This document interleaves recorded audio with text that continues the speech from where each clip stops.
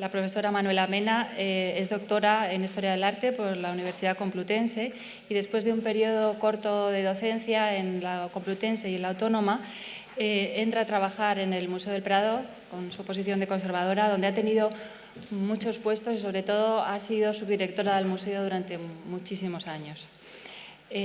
Aparte de trabajar en el Museo del Prado, ha colaborado y ha impartido cursos y conferencias en instituciones españolas y extranjeras, y yo le quiero agradecer personalmente su colaboración con la Fundación Amigos del Museo del Prado, que es, la verdad, de hace mucho y muy intensa y muy positiva para nosotros. En cuanto a responsable de exposiciones, recordar solamente las relacionadas con Goya por el tema de hoy, que fueron Goya el capricho y la invención, anteriormente Goya la ilustración. Bueno, hay muchas exposiciones también que no solamente fueron en el Museo del Prado, sino en Estados Unidos también, en el resto de Europa, y destacar sobre todo la exposición que tenemos ahora mismo en el museo, Goya en tiempos de guerra. En cuanto a su bibliografía, tampoco diré nada, he sido responsable de todos los catálogos, pero la tienen en su carpeta. Bueno, lo último que digo es que cuando terminemos esta conferencia podrán visitar la exposición de Goya en tiempos de guerra. En principio es hasta las 10 de la noche, a las 10 menos cuarto seguramente habrá que empezar ya a desalojar porque está un poco lejos de la puerta y por eso intentaremos hacer el turno de preguntas lo más rápido posible para poder disfrutar de la exposición. Gracias. Gracias, Manuela. Buenas tardes, señoras y señores. En primer lugar, pues agradecerle a Nuria sus palabras, que son una lección de historia para todo aquel que se quiera dedicar a la historia, ¿no? Ha hablado de mi historia y mi propia historia me suena como algo lejanísimo. Siempre me gustó la historia desde que tuve uso de razón y antes, es decir, yo me recuerdo con 3 o 4 años interesada por la historia, pero creo que la historia es una de las cosas más difíciles que existen. Y la historia del arte unifica lo que es la historia, porque tenemos que ser historiadores, pero también lo que son las imágenes, que es otro mundo per se, un mundo también enormemente complicado y difícil para el que se necesita también una vocación, porque son de una complejidad enorme por sus múltiples ramificaciones. Y en el caso de una figura como Goya, pues realmente la cuestión se hace todavía mucho más compleja. Tienen aquí en la pantalla el título que quise dar a esta conferencia para relacionarlo con el curso general que se iba a impartir aquí en el Museo del Prado, sobre la épica en el Museo del Prado. Goya, su visión de lo épico, es decir, cómo se aproxima Goya al tema épico, que leyendo las obras dedicadas al artista, es decir, la bibliografía que hay sobre él, pues realmente no lo encontrarán. No hay forma de saber cómo se aproximó Goya a lo épico a través de la experiencia de historiadores anteriores que hubieran tratado del tema. Pero es evidente que estamos en un año épico, por decreto, y que los 2 cuadros del Museo del Prado, que supuestamente son de carácter épico, como son el 2 y el 3 de mayo, deben de ser analizados también desde esa faceta. Goya no es un pintor épico, y lo iremos viendo a lo largo de la conferencia, pero sí utiliza los formalismos de la pintura épica, aprendidos sin duda desde Italia hasta estampas vistas por él de otros artistas y lo que pudiera haber también en las colecciones reales. Y lo utiliza de una forma admirable, transmutándolo en su propia idea de lo que es su propia épica. Pero sí debió de ser un joven con ilusiones de pintor épico, que eran también propias de su tiempo, aunque en España no se utilizó la pintura épica de una forma tan clara ya desde el siglo XVII, ¿no? Él empieza, curiosamente, con la primera obra que con toda seguridad nos ha llegado de él, con una pintura de carácter épico, es decir, es un tema épico, el de un héroe, como es aquí Aníbal, en el momento en que sobrepasa los Alpes y ante él se extiende las llanuras de Italia con el Po al fondo. Ha llegado con su ejército y va a la conquista de Italia. Es decir, es un tema épico dado por la Academia de Parma para que los jóvenes artistas de aquel momento, de donde quisieran, presentaran sus temas para ganar el premio de la Academia de Parma, que era importante. Y Goya se presenta con toda su ilusión en 1771 y es en realidad la primera pintura de Goya que tenemos y una pintura de carácter épico. ¿Y por qué digo que es una pintura de carácter épico? Porque no nos podemos basar en una teoría de la pintura épica del siglo XVIII, porque no existe. Pero haciendo el paralelo clásico de pictura poesis, es decir, igual que la pintura, la poesía, pues podemos leer textos de la época a los que pudo tener acceso Goya, o si no, sus amigos literatos, como son la importantísima Poética de Luzán, que se publica en 1737 y luego más tarde en una segunda edición de mucho éxito también en 1789, aunque ya después de este cuadro, que dedica su libro cuarto, o sea, el último, como un resumen ya de todo lo que había expresado anteriormente, de la naturaleza y definición del poema épico.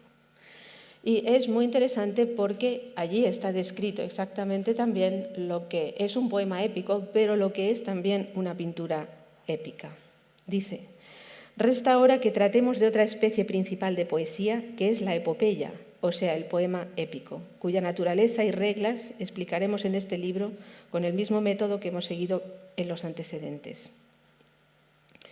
Explica, y supongo que ya lo habrán visto aquí, que épica deriva del término griego epos, que significa narración, discurso o palabra.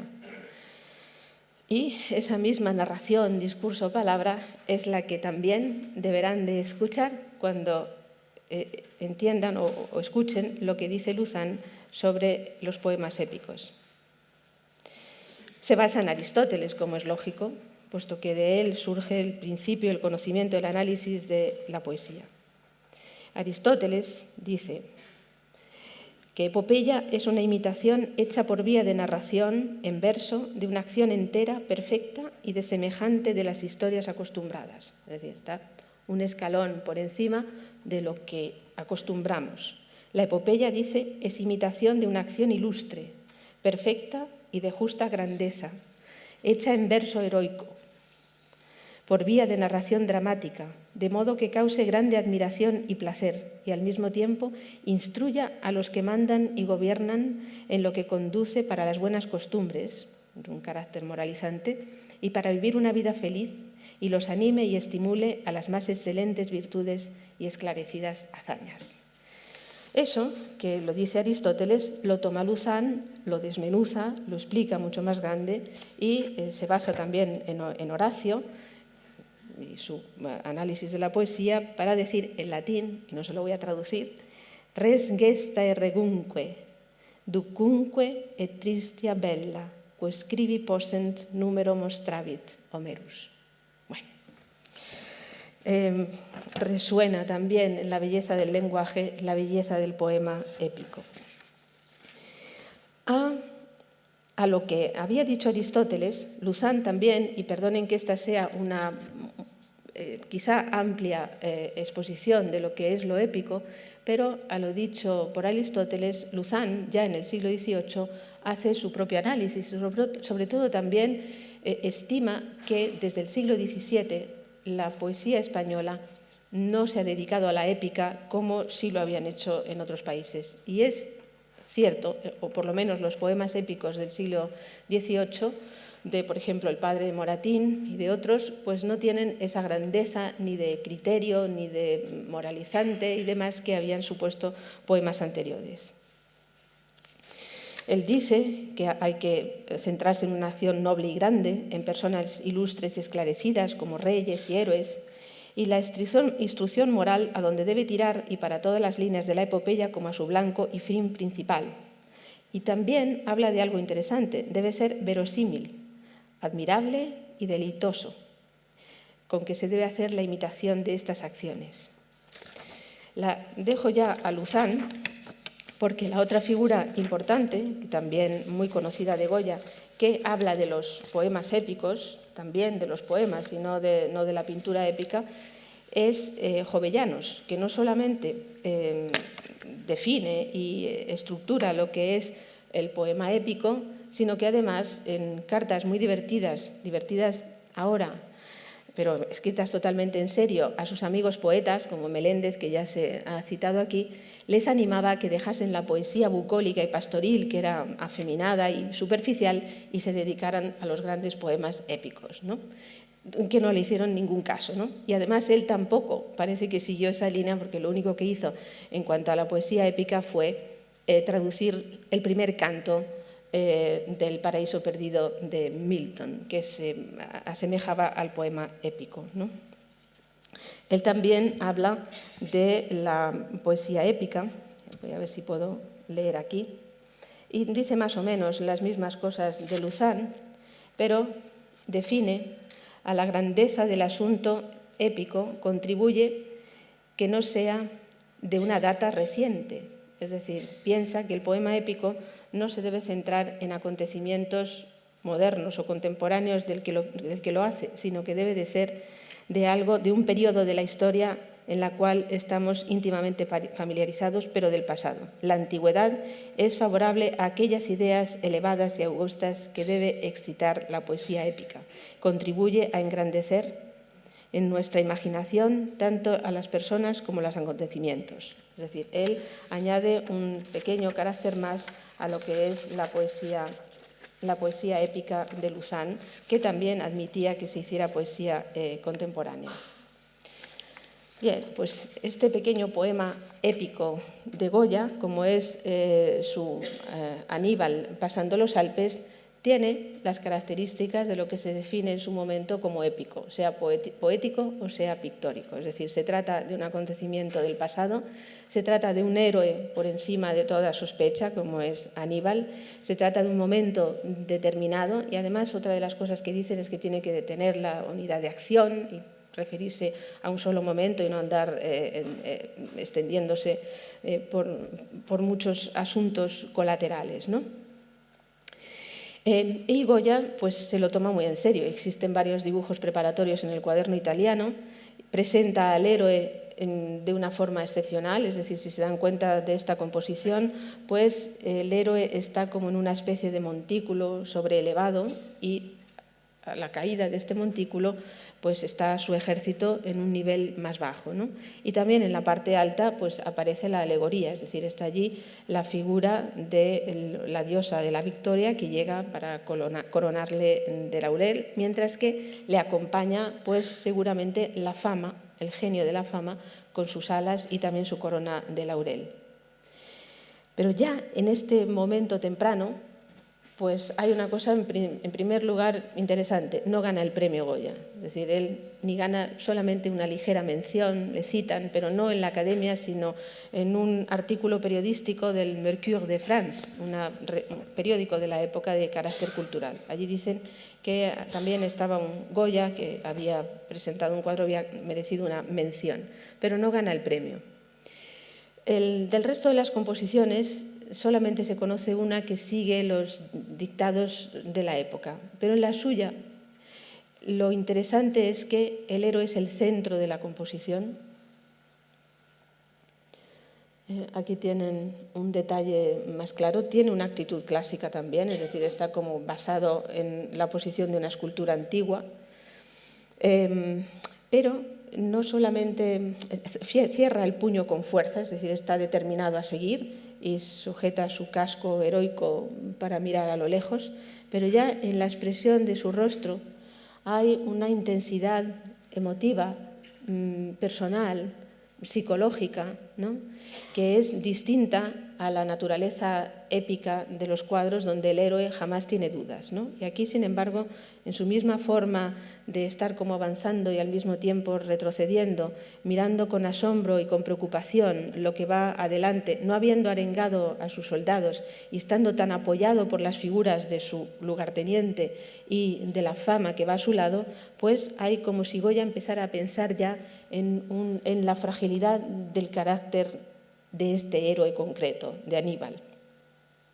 Hay también otras, aquí hay un detalle más claro donde se ve mejor su expresión, con los ojos muy abiertos, casi de asombro, pero al mismo tiempo de miedo, cierra la boca con firmeza, pero está como echándose hacia atrás en este momento culminante de su vida, ¿no? Y eso es curioso porque tenemos aquí ya a Goya, interesado en la psicología de la persona, de cualquiera que sea, y siempre lo estudia con una gran sensibilidad. Pero también en esta pintura épica hay algunas de las características de la pintura épica, que es la presencia de los caballos. Los caballos acompañan a la pintura épica casi siempre, desde el principio. Es el compañero habitual del héroe, el compañero habitual de las grandes batallas desde la antigüedad es el caballo, ¿no? Y aquí aparecen los caballos, tanto el que está a la espalda de Aníbal como el de su ejército bellísimo que aparece al fondo, en esos soldados vestidos de rosa y azul, donde hay un eco de los soldados también de rosa y azul, de los tercios de Flandes, de la rendición de Breda de Velázquez, ¿no? Curiosamente, estos soldados pues van vestidos de rosa y azul. Vamos a pasar. También aparece aquí el ejército a la izquierda, detrás del río Po, que es la figura con cabeza de toro alegórica que aparece en primer término, y aquí a la derecha va este ejército cansado, con las cabezas caídas, es decir, no son los airosos héroes que se espera que conquistarán Italia, ¿no? La pintura de este carácter, no sé si han visto aquí ejemplos anteriores, está ya desde la antigüedad, o las representaciones de este género. Tenemos una de las primeras conocidas, como es la batalla de Alejandro, la batalla de Arbelas, en la cual cayó el imperio aqueménida. Y a la izquierda está Alejandro Magno, el héroe que va ahí de perfil en su carro, en la derrota de Darío III. Y es un mosaico que se conserva en Pompeya, ¿no? Donde se establecen ya las características de la pintura épica. Un hecho notable, unos héroes por encima de toda sospecha, la belleza de las acciones, es decir, los versos, los hexámetros del poema épico que decía Luzán, son aquí las grandes actitudes, las nobles actitudes que se esperan de los héroes, ¿no? También en la antigüedad, pues, los relieves de la columna de Trajano y otros relieves romanos de ese periodo, pues también se refieren a victorias épicas, ¿no? Y tenemos todos los signos, los ejemplos, las ideas de lo que debe de ser una representación épica. El caballo, los jinetes, la tensión de todos ellos es también muy importante, como aquí también, los muertos en el suelo, la victoria, por ejemplo, ¿no? Todo eso son verdaderamente acciones nobles y acciones propias de lo épico. Hay que dar un salto para volvernos desde el mundo romano, pasando por encima de la Edad Media, para encontrarnos de nuevo con lo épico como reflejo también de la antigüedad. Y quizá la obra más importante en este sentido, pasando por otros como Piero de la Francesca, pues sea desde luego la batalla de Constantino contra Magencio en el puente Milvio, que este es uno de los frescos de Rafael en el Vaticano, que se convierte en un ejemplo a seguir para todos los que después, en el siglo finales del XVI y en el XVII, se dedican a representar pintura, acciones épicas, ¿no? Está aquí todo el ejército de Constantino a la izquierda, aparece él en el centro subido a su caballo blanco también. Hay también muchos caballos, están los vencidos, los muertos en el suelo, es decir, toda una parafernalia que encontraremos también en Goya, no solo en el Aníbal, sino después con posterioridad. En el siglo XVII, quizá las más bellas batallas, por lo menos para mí, son las de Poussin. Aquí he traído dos de ellas solamente, en las cuales en la parte izquierda, ¿dónde está Poussin? Sí. En las cuales en la izquierda tienen un rapto de las Sabinas, que es un momento épico también en la historia de Roma. Cuando va a iniciarse verdaderamente Roma, es con el rapto de las Sabinas, la fusión de los dos pueblos y el nacimiento de una nueva raza que serán los romanos. Aquí lo tienen eso a la izquierda, pero a la derecha tienen otra de estas batallas épicas de Poussin, muy importante, que es la conquista de Jerusalén. La conquista de Jerusalén tiene ya una de esas características morales a las que se refería Luzán en su poema. Bueno, ven que en los dos está también el caballo blanco como centro de toda la atención, los jinetes, la tensión, la batalla, los muertos, etcétera, en primer término. Es decir, que Goya, como él mismo dice en 1828, había aprendido a pintar de los mejores ejemplos que había visto en Italia y en España. Y es cierto, ¿no? Porque esto, pues, cosas como esta pudo verlas en Italia y conocerlas sino directamente, en este caso, a través de estampas. Pero lo de Rafael, desde luego, que pudo ser directamente. En la de la derecha, la composición que tiene a la derecha con la conquista de Jerusalén por Tito, por el emperador Tito, fue un regalo de Francesco Barberini, el sobrino del Papa Urbano VIII, al emperador de Austria, Fernando III. Pero es un regalo envenenado, es decir, es un regalo en el cual se conquista Jerusalén y eso supone una metáfora del propio Fernando III y sus conquistas europeas. Y es posible que se lo regale por la victoria de Fernando contra los protestantes en Nördlingen en 1634.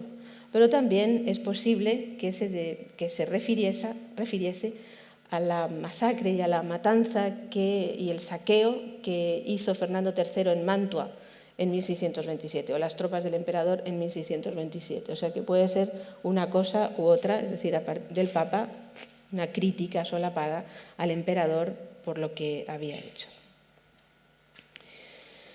Y Goya surge de esto, es decir, Goya sale de estas batallas del clasicismo antiguo. Él está en Italia en el momento en que está pintando.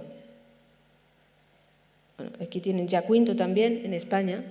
Las pinturas que ha aprendido en Italia y en España es Corrado y Giaquinto en un boceto que está en el Prado, pero que es preparatorio para el fresco con Santiago Matamoros, ¿no? Santiago en la batalla de... no recuerdo. ¿El historiador? De Clavijo, gracias, que está en el gran zaguán del Palacio Real, ¿no? Y también tiene esas características de la pintura épica, por lo cual Goya, en realidad, ven que sí que se ha basado en esta pintura del pasado para su propia composición. Bueno, es que aquí tenemos ya más cercano a su tiempo.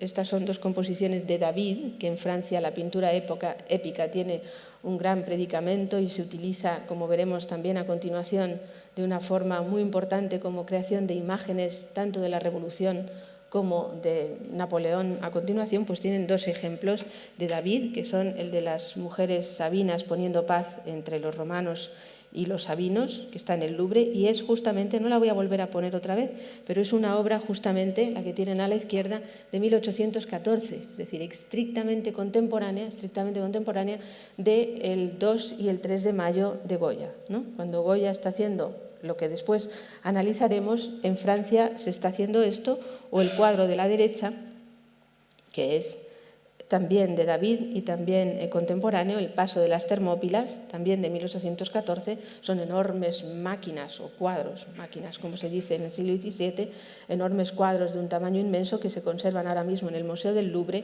y que suponen la esencia misma del espíritu revolucionario y, en este caso, ya napoleónico, ¿no? Pero volvamos otra vez al joven Goya. Él está en este momento así en Italia, preparándose para volver a España y dedicarse a la pintura de historia en su faceta de pintura épica. Pero cuando llega a España, pues no hay encargos de carácter épico. Es decir, Carlos IV, Carlos III primero y después Carlos IV, lo último que quieren es representar batallas, quieren olvidar ya la guerra de sucesión, quieren sobre todo el reinado pacífico, ¿no? Ambos monarcas, y además para la decoración de sus palacios huyen de cualquier tema que sea de ese tipo épico y les gusta más el mundo contemporáneo, el mundo de la diversión, de la sociedad de sus propios días, y lo que Goya recibe al llegar a Madrid después de su estancia en Italia y su paso breve por Zaragoza es pintura de género. Los numerosos bocetos que tiene que hacer para las decoraciones de los palacios del rey, de los sitios reales, los cartones para los tapices que van a decorar las salas más importantes del Palacio Real. Son, como saben ustedes, decoraciones amables y bellas, decoraciones, por ejemplo, pues no sé, el baile a orillas del Manzanares, la pradera de San Isidro, es decir, todo eso es lo que él se ve obligado a pintar. Solamente en un caso, como es la riña en la Venta Nueva, que es una riña callejera o mejor dicho, en la encrucijada de unos caminos que se cruzan, ¿no? Puede utilizar su conocimiento de lo épico, pero al revés. Es decir, aquí está el caballo, a la derecha, es el que llega, el último, allí para solucionar la riña, y es un personaje verdaderamente siniestro, a caballo como la muerte, es decir, llega con rapidez, saca ya una pistola que tiene en la mano, es decir, va a bajarse del caballo y a terminar con la riña de una forma definitiva. Y en el centro de su composición, pues Goya nos presenta una serie de lacayos, de los que llevan las caravanas de mercancías, arrieros, ¿no? Un carro más refinado, posiblemente es el carruaje donde ha venido la dama que aparece en el dintel de la puerta y el joven al que están a punto de matar, que es el que se arrodilla en el suelo pidiendo auxilio con una chaqueta roja porque va vestido mejor, es decir, es el que ha venido en el carro, se han puesto a jugar a los naipes y toda esta chusma se ha lanzado contra el señorito, ¿no? O sea, tiene también un carácter interesante, ¿no?, en cuanto a lo que sucede. Y después pues hay figuras como es la del hombre, el mozo al fondo que levanta una rama para acabar con el aristócrata, que está basada directamente, no lo he traído, pero está basada en una escultura clásica. Es decir, esta idea con una enorme fuerza y belleza y dignidad, pues aquí es donde Goya está utilizando los recursos de la pintura épica que él ha podido ver en Roma, pero aplicada a una escena puramente de género, aunque él la transforme también en una metáfora de gran profundidad, y no la voy a explicar mucho más, pero en realidad está teniendo que hacer esto y no la gran pintura de género. En este momento seguramente Goya se dio cuenta de sus posibilidades y de lo que le gustaba y de cuál iba a ser su futuro. Es decir, la idea de aprender a pintar al fresco en Roma, la idea de aprender la pintura épica para ponerse al servicio del rey, se queda a un lado. Y sus amigos en este momento, en este periodo de inicio, sus amigos son Ramón de la Cruz, por ejemplo, ¿no?, que en el teatro que hace deja a un lado el teatro épico, incluso la tragedia, aunque tiene algunos ejemplos, y se dedica al teatro de carácter no popular, pero sí en escenas basadas en la vida contemporánea también, ¿no? Deja a un lado la poética de Luzán y toma el camino del drama y de la comedia, es decir, de la comedia menandrea, que es el mismo camino que va a tomar Goya. Hay una obra, como es la de los cómicos ambulantes, que está aquí en el Museo del Prado, fechable en 1793, después de la enfermedad de Goya, y que tienen en la exposición, en la cual en su parte primera, es que no tengo nada para señalar, ¿no? Pero en el frente del tablado sobre el que están actuando los cómicos pone alegmen, que se ha identificado como alegoría menandrea, es decir, con... vale, muchas gracias por si acaso. Aquí, alegmen. Se ha identificado, aunque no con absoluta seguridad, pero como alegoría menandrea, es decir, el teatro de Menandro en la antigüedad era un teatro que dejaba a un lado la tragedia fantástica de los grandes autores griegos y se dedicaba al teatro, a escenas de la vida diaria, de la vida popular, entendidas también como una sátira y divertidas, ¿no? Y eso es lo que Goya plantea aquí casi como un manifiesto, en unos cuadros en los cuales él los utiliza después de su enfermedad para plantarse y decir que a partir de ahí va a ser independiente. No lo va a conseguir, pero son como un manifiesto de lo que a él le interesa. Y en el cuadro que debe de abrir la serie pone alegoría menandrea, es decir, yo me dedico como Menandro y como Ramón de la Cruz y como Moratín, que era también amigo suyo, a los que están delante de mí, al pueblo, sin más, ¿no? Y eso es lo que nos está diciendo con esta sátira. Justo en este mismo momento, en 1793, perdón, es que tengo dos ordenadores. En Francia, David está pintando esto, o va a pintar esto, porque es un cuadro que se queda, una obra que se queda solo en el boceto y, como saben, no la termina porque la revolución es una máquina imparable, que es el juramento del Jeu de Paume. Y está haciendo en realidad pues una composición contemporánea, pero a la manera épica, es decir, lo que allí está sucediendo, David lo entiende ya como algo que es contemporáneo, pero que tiene la grandeza de lo antiguo.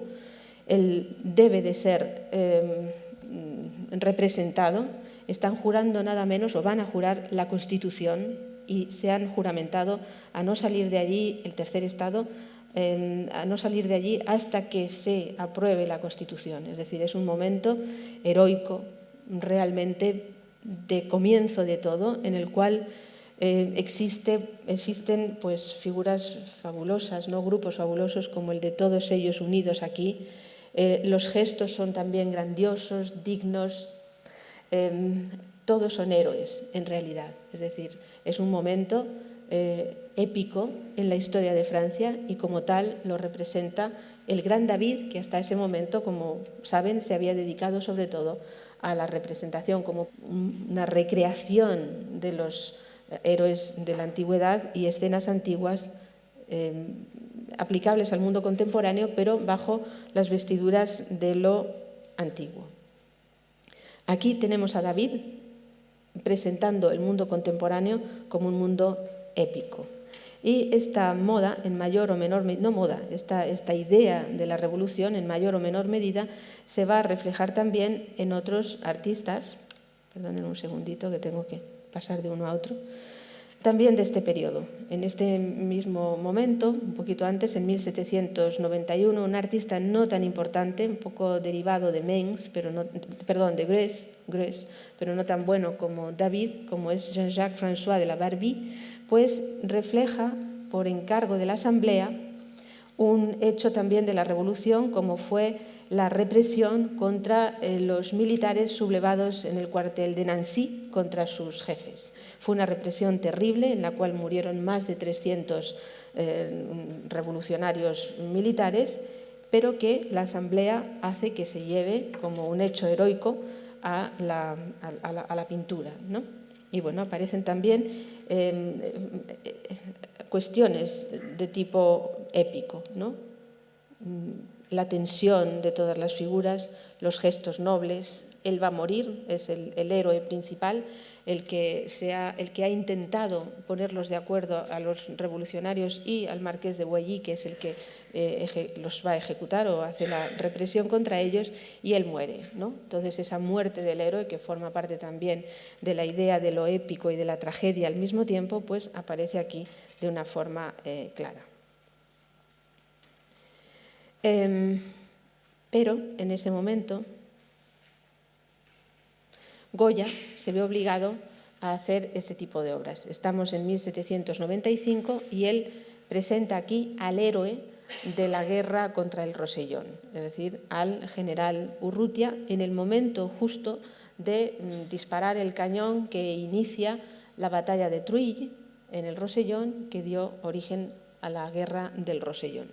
Es un retrato poco épico, ¿no? A pesar de la actitud del personaje y el gran cañón y el fondo con la guerra y demás, pero no consigue ofrecernos esa visión de lo épico que tienen por la otra parte francesa los héroes que han muerto en Francia por la guerra, ¿no? Son los héroes franceses muertos durante la guerra de la libertad de su patria, es decir, cuando les han atacado todos los países, entre otros España, para terminar con la revolución. Aquí tienen una obra de Girodet, ya de 1801, pero que refleja esta idea del ennoblecimiento de los héroes que habían muerto por su patria, ¿no? Mientras que Goya pues, está haciendo las otras cuestiones. Se está muy lejos en España, y por lo tanto también Goya, y a él le va bien en su forma de pintar, de las ideas grandiosas de los franceses. Podemos ver algunas de las obras que se van a hacer hasta el periodo en que Goya vuelve otra vez a necesitar la épica. Obras en Francia, porque en España no se puede encontrar nada. Una de ellas, también de carácter épico, aunque representa una escena normal, digamos, de la vida de Napoleón, es la de el barón Gros, el artista, en el momento en que Napoleón visita a los apestados de Jaffa. Y es una pintura de 1804. La idea de la epicidad, ¿no?, de las acciones napoleónicas, primero de la Revolución y luego de Napoleón, es una constante en Francia y supone toda una veta de pintura épica notable y casi ya el último canto de cisne de la pintura épica en Europa, ¿no? Pero son obras de gran interés también porque utilizan el mundo contemporáneo, que es el que vamos a ver que Goya va a necesitar también para su idea de lo épico, pero aplicada al mundo español. Aquí aparece primero el héroe en el centro, ¿no? Napoleón con una actitud noble y generosa y valiente, puesto que se está acercando a tocar casi como un Cristo, ¿no?, a uno de los apestados. Está la muerte, pero la muerte siempre muy digna. En toda la pintura épica y en las obras de carácter épico, los muertos son siempre de una dignidad enorme. Han muerto por una causa noble, han muerto bien y han muerto bien, es decir, están muertos en el suelo y muertos en actitudes que son también actitudes o heroicas o bellas, basadas siempre en mármoles clásicos, ¿no? Tienen aquí el de la parte derecha, que casi es como el galo moribundo, ¿no?, de la escultura antigua, es decir, que es una pintura, unas acciones contemporáneas, épicas y épicas también en los hexámetros, ¿no?, como en la poesía que utilizan los pintores. También esa es una acción de Napoleón noble, ¿no?, dirigiéndose a los apestados, pero también es muy importante el carácter épico con que se describen sus victorias, sus campañas militares, ¿no? Tenemos aquí también del barón Gros, que es uno de los pintores de ese momento utilizados por Napoleón para representarle, pues es de 1810 ya, la batalla de las pirámides en Egipto. Están allí al fondo las pirámides, queda muy bien establecido hasta dónde llega Napoleón, es decir, entra en el mundo antiguo también donde entró César, por ejemplo, ¿no? Y está representado en el centro en su caballo blanco, y los vencidos están contentos, es decir, están aquí vencidos, ¿no? Caídos, algunos muertos, pero es también para ellos un salvador. Y aquí está todo su ejército representado siempre con una gran nobleza. Esta otra es una representación también de Gros de la batalla de Eylau en 1807, pintada ya en 1809, que es la gran batalla que le abre a Napoleón el camino de Rusia, ¿no? Es la batalla contra el ejército ruso, más sombría, fue terrible, murieron una enorme cantidad, perdieron la vida una enorme cantidad de soldados por ambos bandos, pero está representado con también el carácter heroico. No les importa el frío, la nieve por el suelo, la muerte, es decir, ellos van detrás de su líder, detrás de su héroe, de una forma generosa, valiente, ¿no? Pero valiente, heroica en realidad, ¿no? Esa propaganda francesa de las victorias de Napoleón se puede ver también en una pintura de carácter menos épico, como es la coronación del emperador, la coronación de Napoleón como emperador, también de David, obra de 1804. Y esta la debemos de comparar, es grandiosa, es magnífica, es de una enorme riqueza, no es épica en este caso exactamente, pero su comparación está en España con una obra de unos pocos años antes de Goya, que es La familia de Carlos IV. La pongo porque vean cómo Francia lleva a un paso superior la idea propia, la idea de su valor, la idea de su dignidad, la idea de su nueva dinastía, mientras que Goya, que hace lo mismo porque en su composición no pretende criticar a los reyes, y no voy a entrar aquí en ese tema que ya lo tengo muy escrito y muy explicado muchas veces, no pretende criticarlos, sino lo contrario, realzarlos para que cuando llegue aquí Napoleón y sus embajadores puedan ver a una monarquía floreciente, llena de hijos, de herederos, futuro, ¿no? Y de riqueza también. Pero sin embargo es una visión mucho más cercana a la realidad. Es muy importante la idea de los propios personajes, centrados en ello, no en todo el lujo y la riqueza de la obra de David. Y existe esa idea de una monarquía cercana también, no alejada, no en un escalón superior, sino en el mismo pavimento que nosotros, en el mismo suelo que nosotros, cercanos por la expresión del rey. Es el rey, el buen gobierno, el rey como padre de sus súbditos también. Pero ante esa idea francesa es difícil resistirse. Y sobre todo cuando entramos, como hemos visto, en la materia propia de Napoleón, que era la conquista. Justo para Carlos IV, en 1800, se le encarga a David un retrato de Napoleón Bonaparte, pasando los Alpes, es decir, Napoleón como Aníbal casi, ¿no? El superhéroe en su caballo blanco, caballo en corbeta en un sitio dificilísimo, con un ejército esforzado allí al fondo y él como el gran líder de sus ejércitos. Este cuadro llega a España y se cuelga en el Palacio Real, es decir, debió de ser un efecto impresionante encontrarse al gran Napoleón, que ya era aquí muy conocido, de esta guisa, es decir, conquistador terrible, ¿no? Casi podemos ver que esos no son los Alpes, sino los Pirineos, ¿no? Casi es una especie como de, bueno, esperarme allí que yo también haré eso, pero sobre los Pirineos, ¿no? Y ante esta visión de lo épico, ¿no? Porque este es un verdadero retrato épico, ¿no? De David en Francia, pues Goya responde unos años después como puede, ¿no? Con un retrato de Fernando VII a caballo. No pongo ni siquiera los de Carlos IV y María Luisa a caballo, que son estrictamente contemporáneos del retrato de David de Napoleón, porque los tienen bien presentes en su cabeza y no tienen de nada de épica, ¿no? Nos recuerdan ni siquiera los retratos ecuestres más sencillos y menos heroicos del mundo romano, ¿no? Como el Trajano, por ejemplo.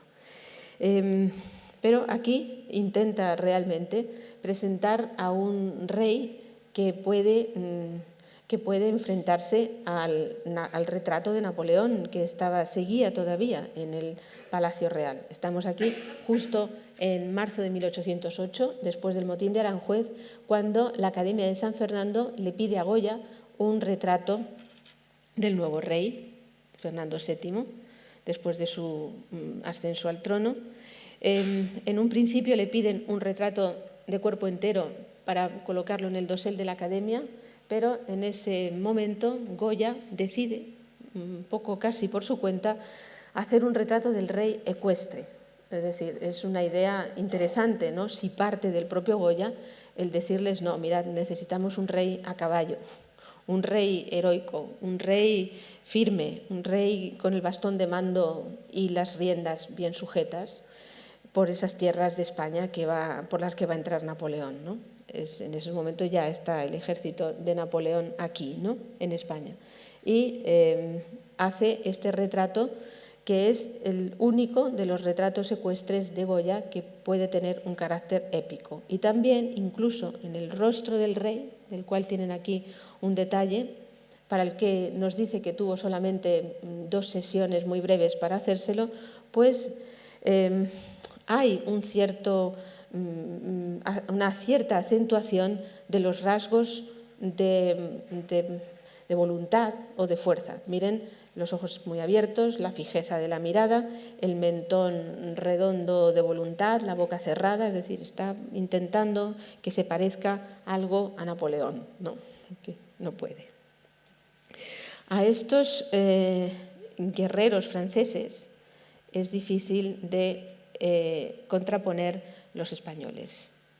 Tienen aquí un retrato de Gérard, de François Gérard, el pintor francés, de nada menos que de Murat, el que se va a hacer cargo en España del ejército de Napoleón a su entrada.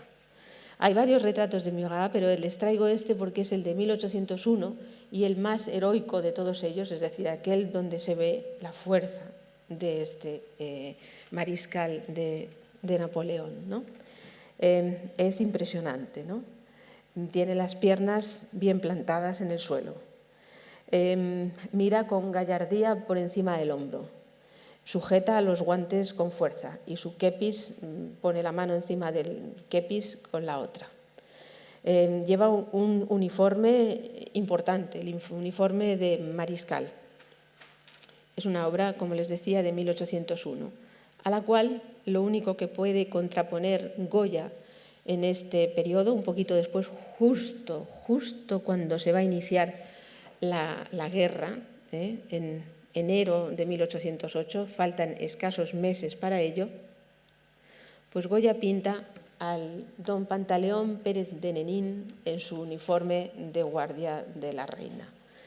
Es un retrato donde deberían de estar todos los elementos heroicos y épicos también del mismo retrato que han visto a continuación. Sable en el suelo, a mano apoyada con firmeza en algo, el bello uniforme, pero falta la fuerza y la energía del personaje, ¿no? Se convierte en una especie de retrato de opereta donde, mientras que aquí ven que el kepis y el florón del kepis, el penacho del kepis, tiene casi la misma fuerza enhiesta de Murat, en el retrato de Pantaleón Pérez de Nenín, el penacho del kepis es casi como la cresta caída de un gallo sin fuerza, ¿no? Es realmente un retrato que podrán ver en la exposición, todavía muchísimo más patético, evidentemente, que cuando se ve en la ilustración, ¿no? Es una obra en donde Goya ha penetrado con absoluta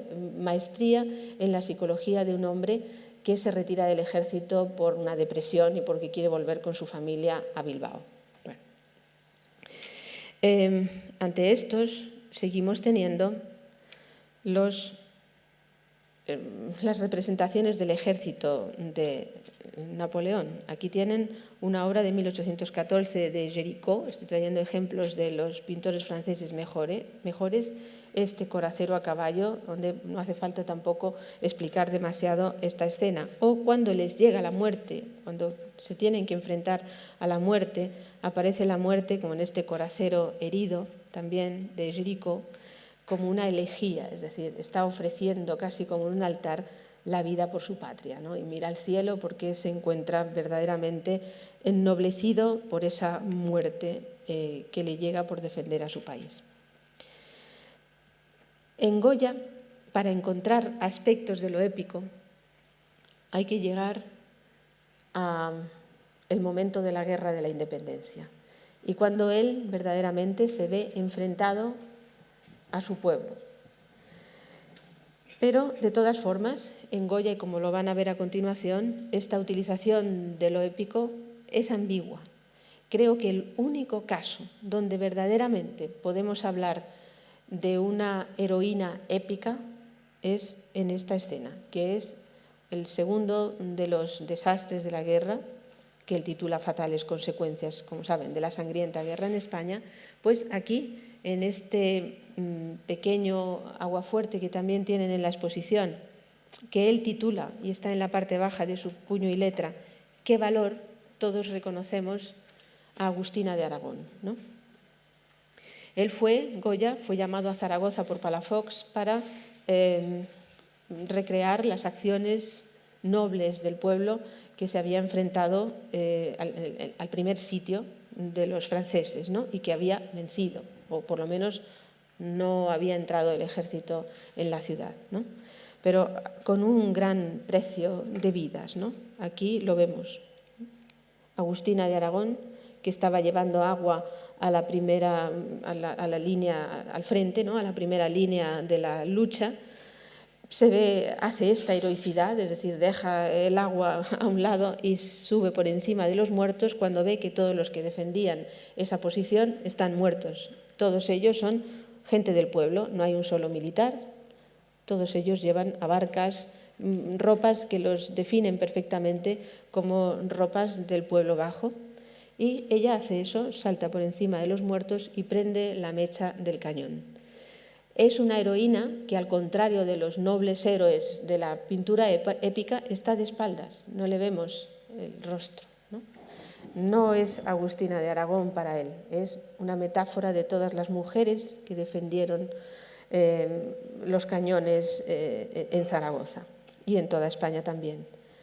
Pero es muy interesante ver que su representación de la heroína, en este caso, sigue siendo la misma que había hecho con el primer Aníbal que había pintado. Es decir, hay algo frágil en su figura, hay miedo en ella, tiene miedo, ¿no?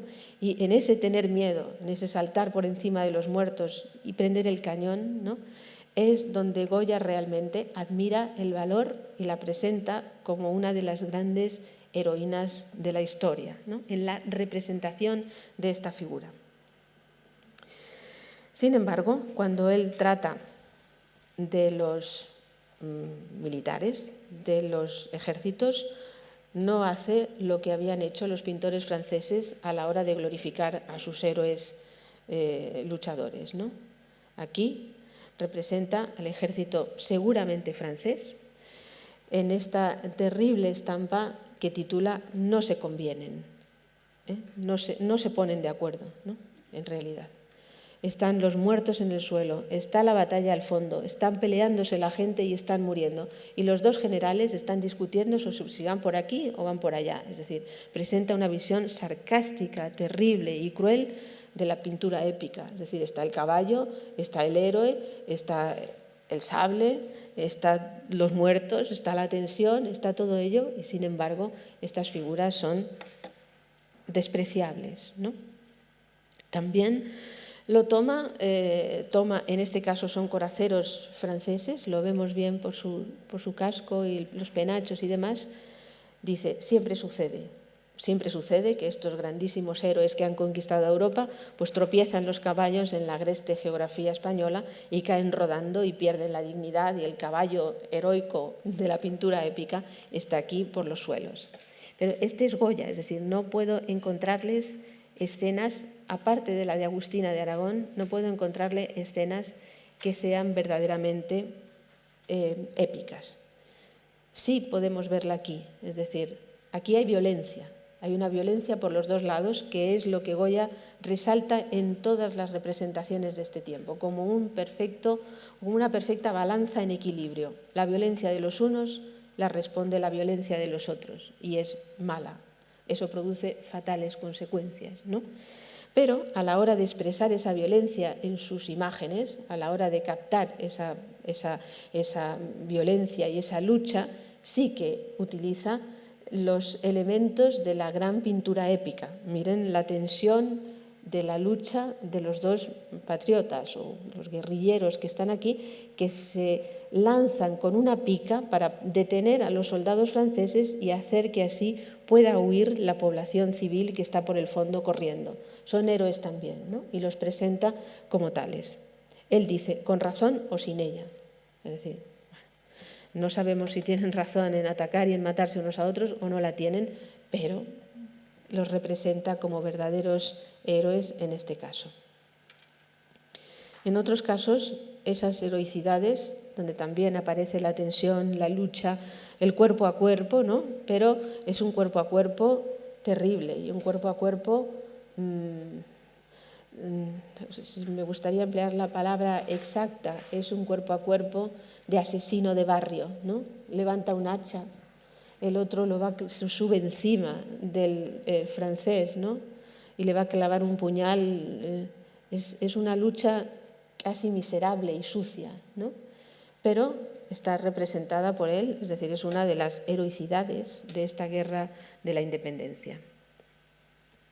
En este momento, ese tipo de lucha va a aparecer también, es decir, la revuelta del pueblo contra las tropas francesas, que es lo que está representando aquí Goya. Pues aparece en Francia en una obra de Girodet de 1810, que es la revuelta del Cairo. En un momento determinado, el pueblo del Cairo se levanta contra Napoleón, que han dado unas leyes que no entienden sobre la propiedad y que son leyes occidentales y perfectas, ¿no? Pero, sin embargo, chocan contra sus tradiciones y se levantan contra el ejército francés. De tal modo que ocurre lo que ocurre en Madrid. Matan la cifra curiosa, la cifra de 800 soldados franceses en un día, que es más o menos los muertos franceses que hubo en el 2 de mayo. La represión de las tropas francesas fue terrible. Napoleón mismo, pero el general que las reprime, dice la famosa frase de «ha llegado la hora de la venganza. Vosotros habéis comenzado, a mí me toca terminar». Bueno, y vemos aquí el pueblo en la parte derecha, muertos en el suelo de ambos bandos, ¿no? Aquí. Muertos nobles en ambos casos también, es decir, aquí el pintor ha representado a los patriotas egipcios con fuerza, con nobleza, van desnudos a la manera clásica, de la pintura clásica, ¿no? Tienen también actitudes heroicas ellos mismos, porque así ennoblece también al ejército francés, es decir, no lo presenta como la masacre que sucedió a continuación, sino que se han enfrentado a un pueblo terrible y, por lo tanto, ellos también son héroes, ¿no? Héroes fuertes, ¿no? Miren esta figura de aquí, del soldado francés, lanzándose contra verdaderos héroes del bando contrario. Bueno, en los desastres de la guerra la cuestión no está tan clara, ni por esas, dice aquí Goya, es decir, ni arrastrándola se rinde, ni violándolas se rinden. O esta otra no se puede mirar, ¿no? O esta otra, y no hay remedio, que es una de sus frases favoritas en sus obras y seguramente también en su vida, ¿no? Es decir, contra el destino ya no se puede luchar, ¿no? Aquí estamos muy cerca ya. Saben que los desastres de la guerra los comienza a hacer pues, hacia 1809 y los termina después de la guerra, incluso sigue haciendo las últimas escenas del hambre en Madrid y de los caprichos enfáticos. Es decir, está trabajando en todo ese periodo y ven aquí una iconografía del hecho épico de la guerra contra los franceses, muy cercana ya a lo que va a hacer en los cuadros del 2 y del 3 de mayo, ¿no? Sin embargo, hace también otras escenas como esta, que es quizá de las de carácter más épico que representa Goya. Este pequeño cuadrito que van a ver en la exposición, perteneciente al Marqués de la Romana, pues presenta el ataque de unas tropas enemigas, seguramente francesas por el tipo de gorros que llevan y por la idea de los fusiles que siempre pone así enfrentándolos a los españoles, atacando un campamento militar, sin duda español, en el cual los soldados españoles están casi todos muertos o heridos y están siendo ayudados, fíjense muy bien en el pequeño cuadro porque es de una enorme belleza, están siendo ayudados por estos dos civiles, campesinos seguramente, por el tipo de traje que llevan y de abarcas que llevan, que son los que están rescatando a los muertos. Pero cruza por mitad de la batalla, como de esas figuras alegóricas de la pintura antigua, la pintura del siglo XVI o del XVII, esta mujer de amarillo con un niño en los brazos que todavía no ha muerto y que yo creo que no va a morir. Es decir, no va a morir porque es una figura de esperanza y una figura alegórica en realidad. Es decir, huye con el niño, lo está protegiendo con su cuerpo y la vida va a seguir, ¿no? Pero tiene un carácter también heroico, ¿no? También Goya se aproxima a la guerra de una forma que para él es épica. Es decir, están aquí, también los tienen en la exposición, los patriotas, los guerrilleros en este caso, escondidos en la sierra, en la montaña, fabricando con enorme eficacia y responsabilidad pólvora y balas para el ejército. Y todos ellos están al trabajo de una forma concentrada, unida, todos a una. Y el paisaje es épico, ¿no? Aparecen esas montañas gigantescas al fondo, que están también dentro de la idea de lo épico, y sobre todo la concentración y la belleza de todos ellos. Y llegamos por fin al 2 y al 3 de mayo, es decir, esos son los cuadros que en teoría tendrían que ser de carácter épico.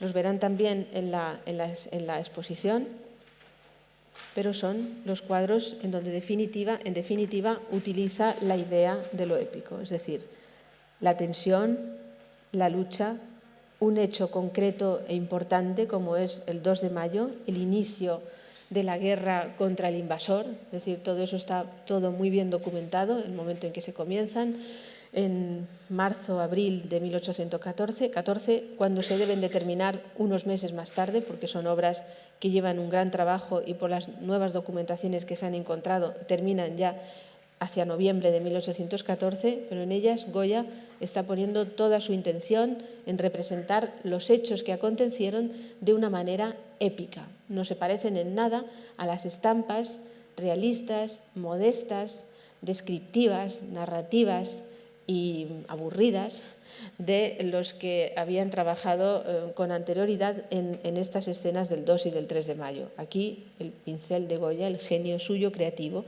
es capaz de reinterpretar en esta batalla entre los patriotas españoles y los franceses y reunir de una sola vez las ideas de la pintura épica desde la antigüedad o del arte épico desde la antigüedad y al mismo tiempo naturalismo que decía Luzán desde Aristóteles y también Jovellanos que debía de tener la poesía épica, es decir, dar detalles concretos de naturalismo, de cercanía que ayudaran a calibrar los hechos heroicos, los hechos épicos al mismo tiempo, ¿no? Están todos los elementos, los muertos en el suelo, la tensión de los atacantes y el valor, entre comillas, el caballo blanco, ¿no?, en el centro mismo de la composición. Pero, sin embargo, añade Goya, y veremos luego algunos detalles de la composición para que vean lo que quiero decir, añade Goya algo de su cosecha. No hay heroicidad. No están representados como lo habían hecho el pintor de la defensa del Cairo, ¿no? Los patriotas son el pueblo de Madrid que ha llegado a la exasperación, a la falta de razón, a la violencia por la violencia, a seguir matando y apuñalando al mameluco del centro repetidas veces, ¿no?, ya muerto, ya cayendo, ya en el suelo casi, y el otro también atacando al que por los ojos parece que está muerto. Y, sobre todo, lo que llama la atención es que por un lado hay violencia extremada y por el otro verdadero terror en las tropas francesas. Es decir, están defendiéndose al borde, al límite de sus fuerzas, están acorralados y van a morir. Y, como ya he dicho muchas otras veces, son los caballos los únicos que miran al espectador, los que transmiten la acción que hay dentro, cosa que no sucede nunca en la pintura épica, y son los que se preguntan y al mismo tiempo nos preguntan a nosotros de qué sirve todo aquello. Y como en el caso del Cairo, ¿no?, lo que ha comenzado yo lo voy a terminar, Murat va a terminar también esa noche la revuelta. Pero antes me gustaría hacerles algunas otras consideraciones sobre este cuadro. Los fantásticos mamelucos del emperador tienen sus pies de barro, porque aquí los vemos acorralados y cayendo al suelo, y no como se dice que eran, es decir, todos los grabados que acompañaban los triunfos de los mamelucos los presentan de esta manera. Y Goya parece que hace una especie de distorsión, de cambio, de mundo al revés, en que el Santiago Matamoros tradicional del arte español, donde Santiago aparece en el caballo blanco y los moros en el suelo, digo moros que es como se le llama, en el suelo, lo ha cambiado en realidad en su cuadro y lo ha convertido en el mameluco muerto, una especie de Santiago del revés, ¿no? Pero tengo aquí algunos detalles de los rostros de todas las figuras. Son todos ellos gente del pueblo, rostros deshechos por la ira y por la violencia, ¿no? Y por la violencia y el odio también. Y en el otro cuadro, que debería de ser también un cuadro de una gran nobleza épica, ¿no?, al representar a los que mueren ejecutados por los franceses, pues curiosamente Goya, en los detalles que vamos a ver ahora, no presenta ninguna escena, ninguna figura llena de valor.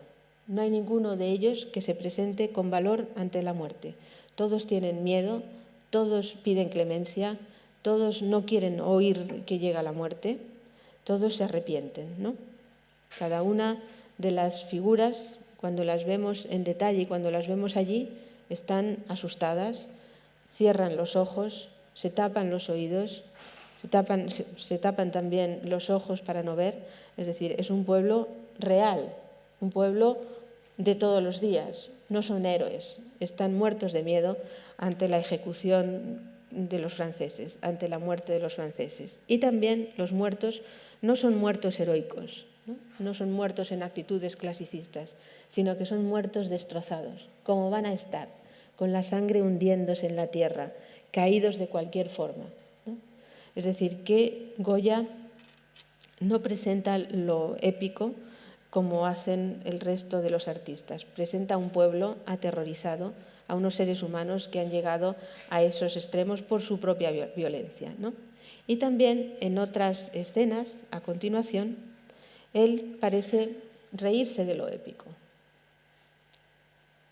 Voy a pasar porque...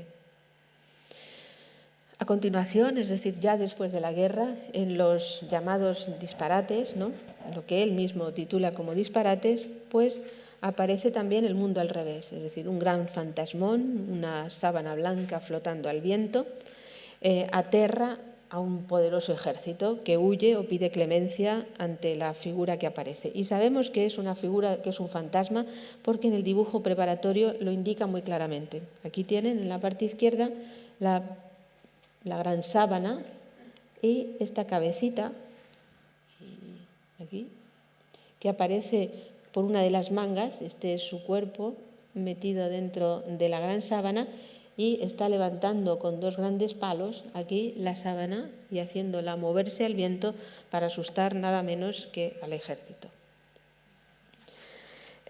Voy a terminar ya porque, en cualquier caso, esta representación de lo épico de Goya pasa, de algún modo, a su tauromaquia, ¿no? El sentido del movimiento, la grandeza del animal, la cercanía de la muerte está en algunas de las escenas contemporáneas tremendamente violentas que hace en esos años. pero también la idea de lo épico parece reservarlo a algo todavía muchísimo más siniestro, que es el mundo infernal. También en este momento, uno de los dibujos, pero también las litografías y otras escenas también que hace ya en el periodo de Burdeos, utiliza esquemas o posiciones de la pintura épica precisamente para presentarnos el mundo del mal absoluto. Sin embargo, él, con esta pintura, con este acercamiento al pueblo, que es el primero que verdaderamente lo hace en toda su crudeza, en toda su crueldad, es el que van a seguir a continuación los pintores franceses, y con esto ya voy a terminar.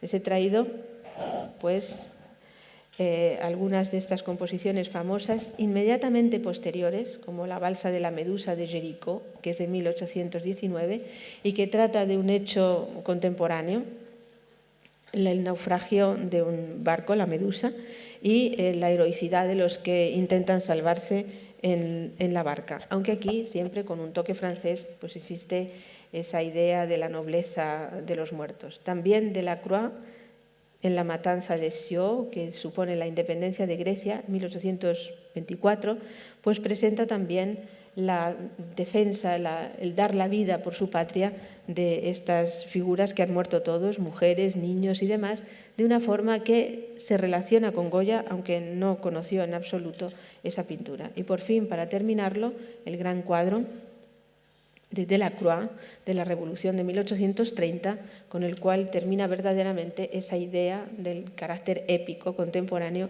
que en Francia siempre existe, pero que Goya la transmuta, la trastoca y acaba con la poesía épica, con la idea del poema épico pictórico desde la antigüedad. Nada más.